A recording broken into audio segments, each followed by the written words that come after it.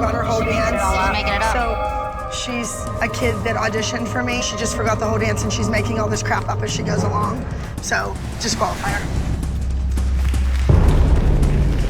Abby kissed Maddie on the mouth because she believed that would somehow help the 11-year-old learn to kiss. And that isn't the only cringy thing that happened in this absolutely insane episode of Dance Moms. And here is how that episode started. You guys are 2 for 2, losing 2 for 2 to a select team. How did it feel to get beat? Not good. Not good. Girls, I wasn't disappointed in your dancing. I wasn't disappointed in your hard work. I was disappointed in your attitude after the competition. What's going on? These kids deserve better, and they are not getting what they deserve. And we all know how Abby is going to take getting blamed by any of the mothers. Here is a hint. She will not take it lightly. She screams at the girls, calls them losers, and starts out with the pyramid, which naturally has mean bangers like this. The oldest dancer here.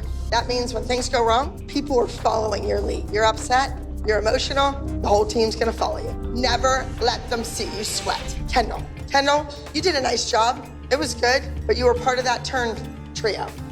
And you know it could have been better. Well, it is Abby Lee's world, and we are just living in it. And if Abby says something catapults someone to the top of the pyramid, it does. The group number of this episode is going to be titled Broken Dolls, because Abby thinks the girls are broken, and there will be a duet where Maddie will have to kiss a boy at the end of her dance. Here is how she puts it. And the name of the duet, that girl has got to be kissed. I just judged Dancing with the Stars.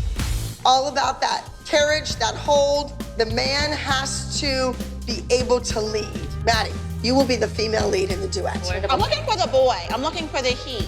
And your partner is Gina. Gino is from Kathy's dance studio, but that does not bother our star woman. Kathy can get angry if she likes. And perhaps that is why Kathy also hired Abby's former choreographer to help train her own dance crew. And she did it because she knew it would get Abby mad and jealous. Have John, who is Abby's old friend, as my choreographer.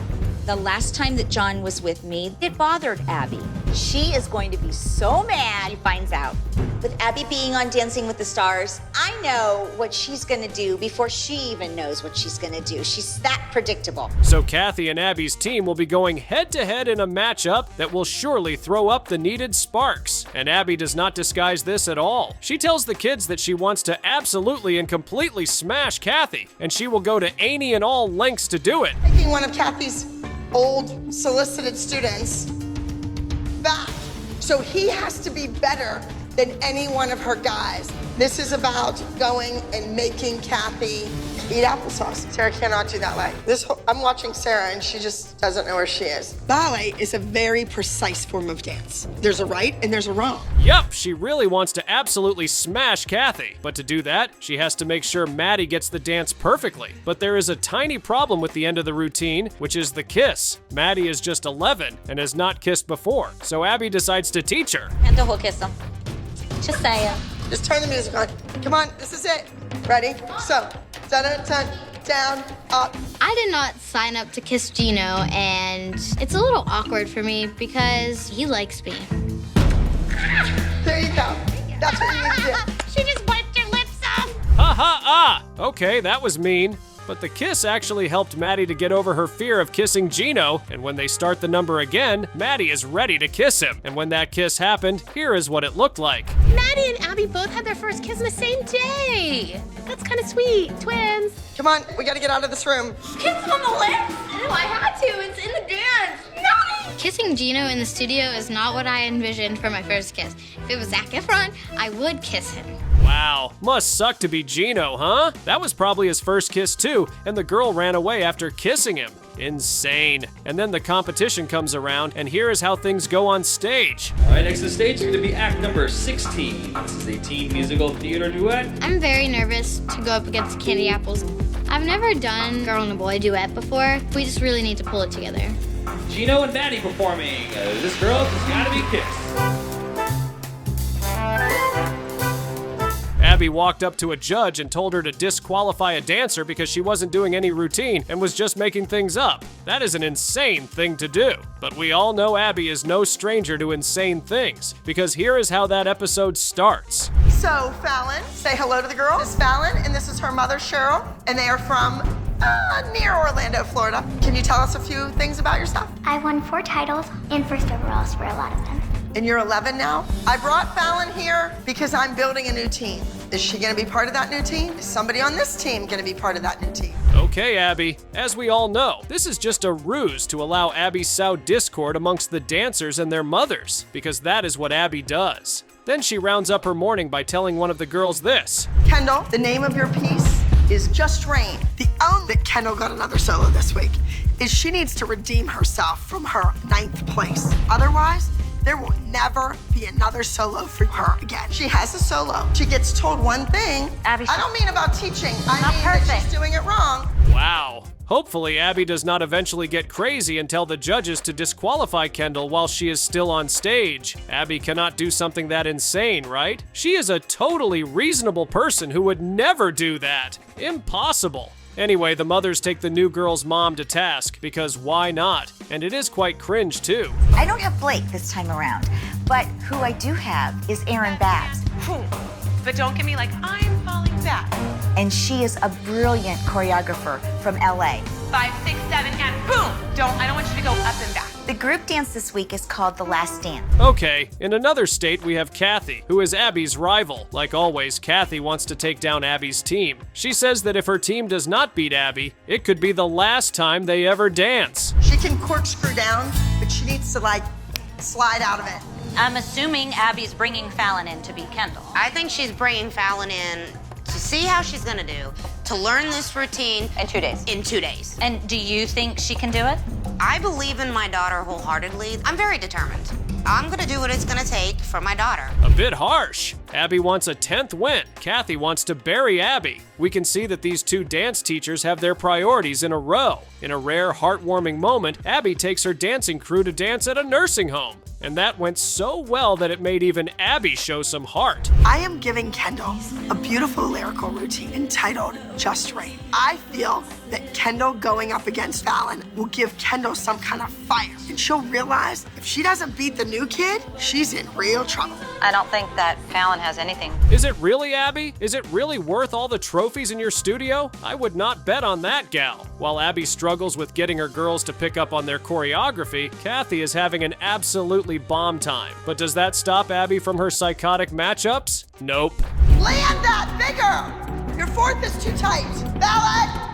No guts. No butts. I have a big enough gut and a big enough butt for everybody at the Abby Lee Dance Company. I don't want my dancers to look like that. You just walked on stage with that gut hanging out, and your arms are not moving. You're walking like this. Look at me. You're walking like this. Okay, Supreme Leader Abby. I am sure the girls will give their best, but it is totally anyone's guess if Abby will take it that best. Anyway, Kathy also has her own problems with her own dancers, and here is how she deals with it. But not only theirs, but ours as well. We have all done that. Oh, hey. Hey. I'm sorry.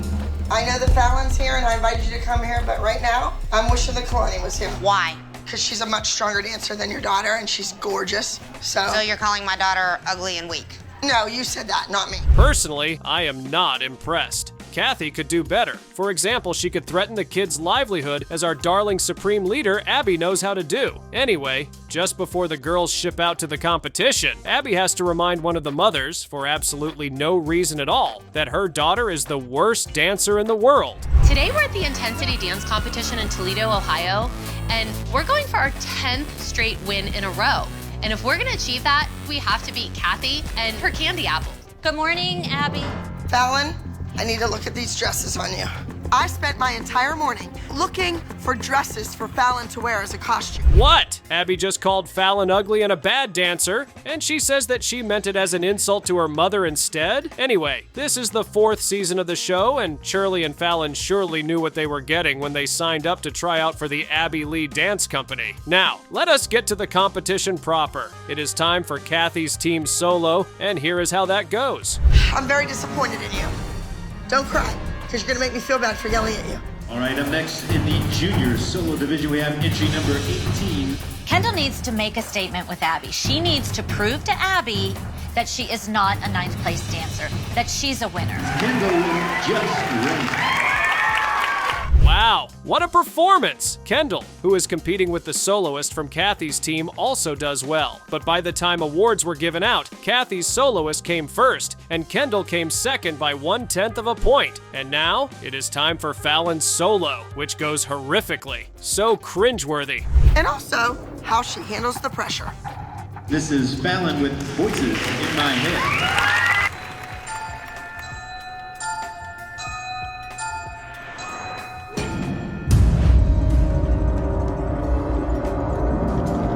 Parents got a scoreboard and actually documented how many times Abby took her disappointment on their kids, and it was a lot. At some point, you've got to wonder who is at fault here. Abby for being a mean-spirited psycho, or the parents for subjecting their kids to the tutelage of a mean-spirited psycho? Anyway, here is how that crazy episode began. This week, we are traveling to Sheer Talent in Wayne, New Jersey. I have heard that Kathy will be there. I know that Gino will be doing a solo. Maddie, I had planned for you to do a solo against Gino this week. Yeah, the same Gino that she shared a kiss with. Puppet Master Abby. But Abby's puppeting dream may not actually work out, because Maddie is contracted to appear on a show out of town, and she may have to leave on the day of the competition. So Abby has some of the girls shadow Maddie so that she can have a replacement. Here's what the parents think about that choice. When are you going to know if Maddie's going to be here this weekend? I'm not sure. Things change all the time, like scheduling changes, but it's just a good opportunity, you know. Oh, sure. Sounds like fun. Like, this is just another opportunity for her to compare and say, Maddie's great, you're not great. Okay, we get it. We get it. We're going up against Candy Apples. If there's a chance that Maddie won't be there, why give her the solo and the lead? True. Maybe Christy should take her own advice too, because all the mothers do it when their child's future is at stake. Of course, through all of this, Abby remains quite mean and annoying. She is so mean that the mothers devise a game to show Abby just how mean she is. Abby is really, really mean and rude sometimes. If something doesn't go her way, she's gonna be The kids are defeated every time they're compared to Maddie. That doesn't make them work harder anymore. It makes them angry and feel like, why bother trying? I think we've said over and over is that inequity in how Abby focuses on Chloe, Nia, Kendall. And that is how this game starts. Over at Kathy's studio, she is training Gino, who used to be on Abby's team, and Kathy wants him to defeat the Abby Lee Miller Dance Company. And they are very determined to show Abby who is boss. Gino is going to be doing a contemporary piece called Warrior, and it's very moving. It's a challenge because he can't smile, he can't be cheesy, all of the things that we see ALDC do. He is powerful, intense. He's truly out there to be a warrior, to bring home the win. If I beat Abby in this competition, I'd just walk by her, give her a little. Okay, let's see how that goes. Back at the Abby Lee Dance Company, the mothers are still doing their counting and the numbers are starting to look very ridiculous. They knew it was bad, but they never knew it was this bad. So far right now, Kendall is leading the pack with 6. Chloe and Nia are tied at 4, and there have been 7 Maddie praises. Only 1 Mackenzie. Nia, I'm not gonna get on your case. It is not worth my energy. You are not worth my energy. That is so wrong. Yeah, when is enough enough? Do these mothers know that they really do not have to subject their kids to this treatment by Abby? Maybe the producer should tell them that. But instead of doing that, the mothers bought a huge whiteboard to keep their tallies. Great thinking, moms. Can I lay that there, Paul? I'll move my fingers. Okay. The circus is in town. Oh, the circus is here. And look, Look what we did.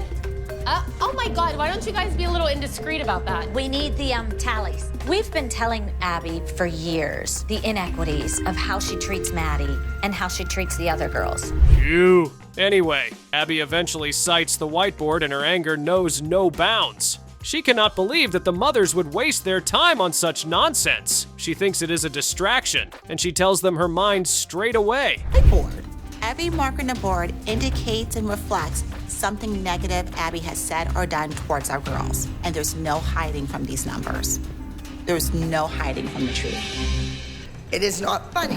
If you don't do this and we don't win, it's gonna be your fault. Tick, tick. 1, 2, 3, 4. No! No! The same exact training? Really? No, that is absolutely not true. And Abby knows it. The evidence is literally there as black and white. Anyway, it is competition day, and Maddie is actually around so she can do the solo. The moms are angry that their kids who shadowed Maddie are not going to dance, but Abby does not care about that at all.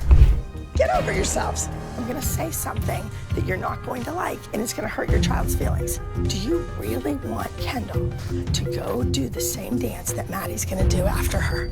I think she's gonna humiliate herself.